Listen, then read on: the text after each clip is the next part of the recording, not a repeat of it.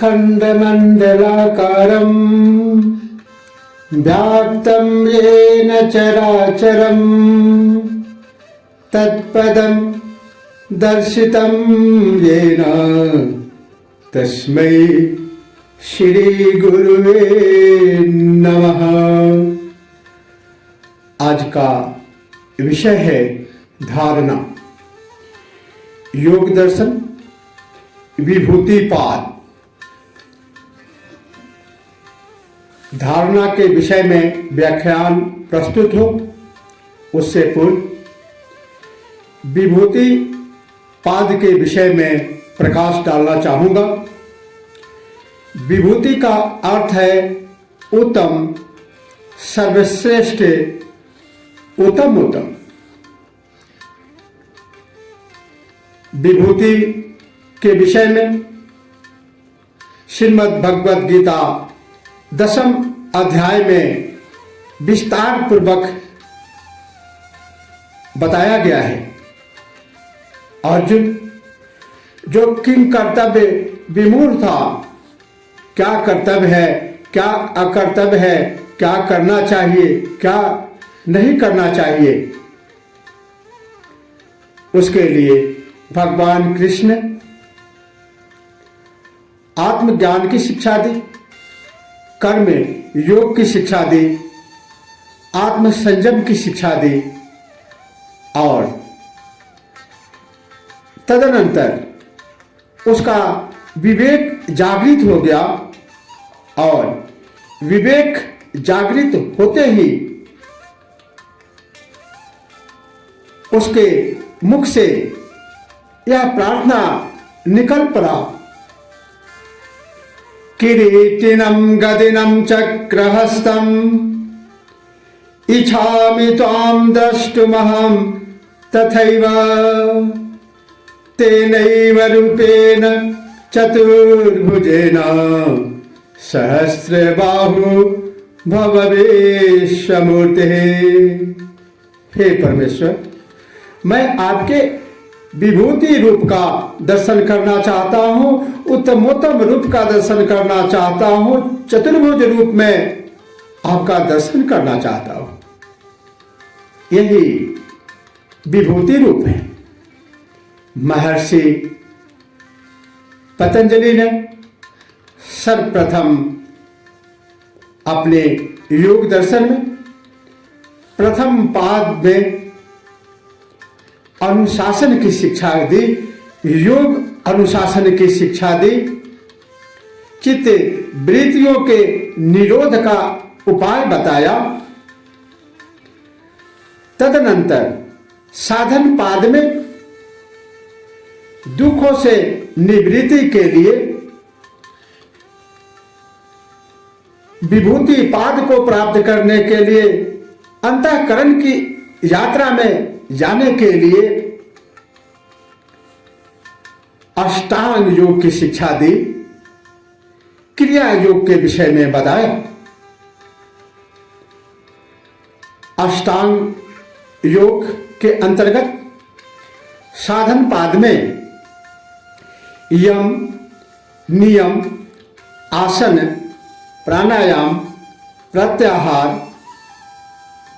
इन 5 अंगों का विवेचन किया जा चुका है। इसे बहिरंग साधन कहते हैं। और आज से शुरू हो रहा है अंतरंग साधन, धारणा, ध्यान, समाधि। हमारे मानव शरीर के 3 भेद हैं: कारण शरीर, सूक्ष्म शरीर, स्थूल शरीर। स्थूल शरीर से के विषय में यम, नियम, आसन, प्राणायाम, प्रत्याहार का काम है। अभी हमारी यात्रा, महर्षि पतंजलि की यात्रा विभूति पाद में स्थूल शरीर से निकलकर सूक्ष्म शरीर की ओर, विभूति पाद की ओर शुरू हो रही।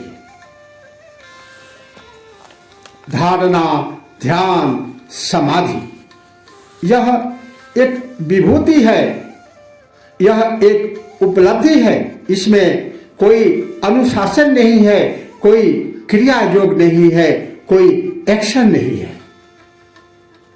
महर्षि पतंजलि ने अपने विभूति पाद में धारणा, ध्यान और समाधि का वर्णन किया है, संयम का वर्णन किया है, आत्म संयम का, चित्त के परिणामों का विषय के बारे में बताया है, प्रकृति जनित पदार्थों के परिणाम के विषय में बताया है, भिन्न भिन्न विषयों में संयम करने का भिन्न भिन्न परिणाम के विषय में बताया है, और अंत में विभूति पाद के अंत में विवेक ज्ञान और कैवल्य के विषय में प्रकाश डाला है। महर्षि पतंजलि अपने तीसरा पाद, तीसरा अध्याय में सूत्र 1 में विभूति पाद में बताते हैं, देशबन्धश्चेतस्य धारणा,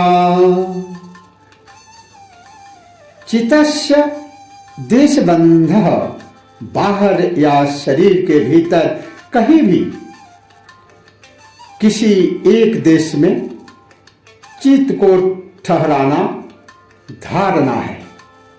चित्त का किसी एक देश स्थान में, नासिका के अग्रभाग में या नाभि में या हृदय में, हृदय कमल में, या गीता के अनुसार भ्रिकुटी अथवा सूर्य, चंद्रमा, ध्रुव आदि यत्र तत्र अन्यत्र कहीं भी एक जगह ठहराना, यही धारणा का स्वरूप है।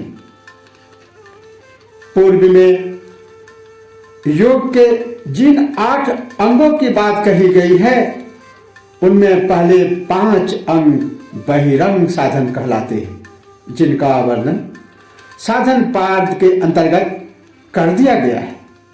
इन 5 बहिरंग साधनों के सिद्ध हो जाने पर साधक का क्रिया योग समाप्त हो जाता है। इसके बाद उसे किसी क्रिया की नहीं आवश्यकता होती, उसे क्रिया नहीं करना पड़ता तथा वह अक्रिया के मार्ग में प्रवेश करता है। अंतिम उपलब्धि अक्रिया से ही होती है। इस अक्रिया में धारणा, ध्यान और समाधि 3 मुख्य साधन हैं। इन तीनों में थोड़ा ही अंतर है। बहिरंग साधनों से चित्त की वृत्तियों का समस्त भटकाव समाप्त हो जाता है तथा मन पूर्णतया स्थिर एवं नियंत्रण में आ जाता है। इसके बाद मन को चित्त में तथा चित्त को अपने कारण में विलीन करने का कार्य इन अंतरंग साधनों द्वारा पूरा करना होता है। तभी अंतिम उपलब्धि कैवल्य की प्राप्ति होती है, मुक्ति की प्राप्ति होती है, मोक्ष की प्राप्ति होती है। इस सूत्र में धारणा की व्याख्या की गई है कि जब चित्त का समस्त भटकाव समाप्त हो जाता है, चित्त की वृत्तियों का संपूर्ण रूप से निरोध हो जाता है, तो वह पालतू पशु की भांति साधक के पूर्ण नियंत्रण में आ जाता है। इसके बाद साधक उसका उपयोग मुक्ति प्राप्ति के लिए कर सकता है। चित्त शक्ति वही है जिसका पहले संसार की उपलब्धियों तथा भोगों में उपयोग हो रहा था। अब उसका मुक्ति कैवल्य के लिए उपयोग करना है।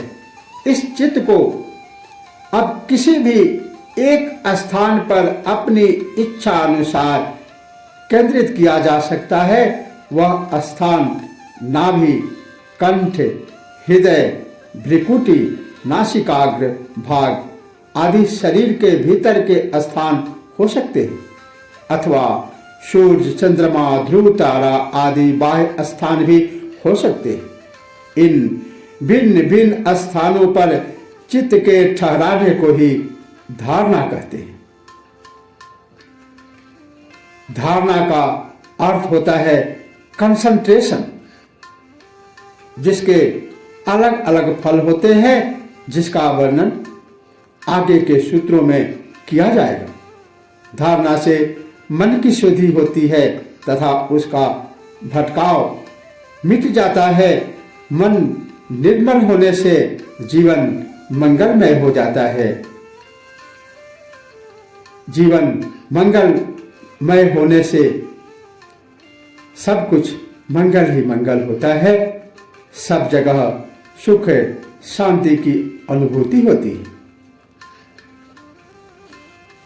विभूतिपाद योग दर्शन के सूत्र 1 के व्याख्यान के साथ ओम नमः शिवाय। जय श्री कृष्ण।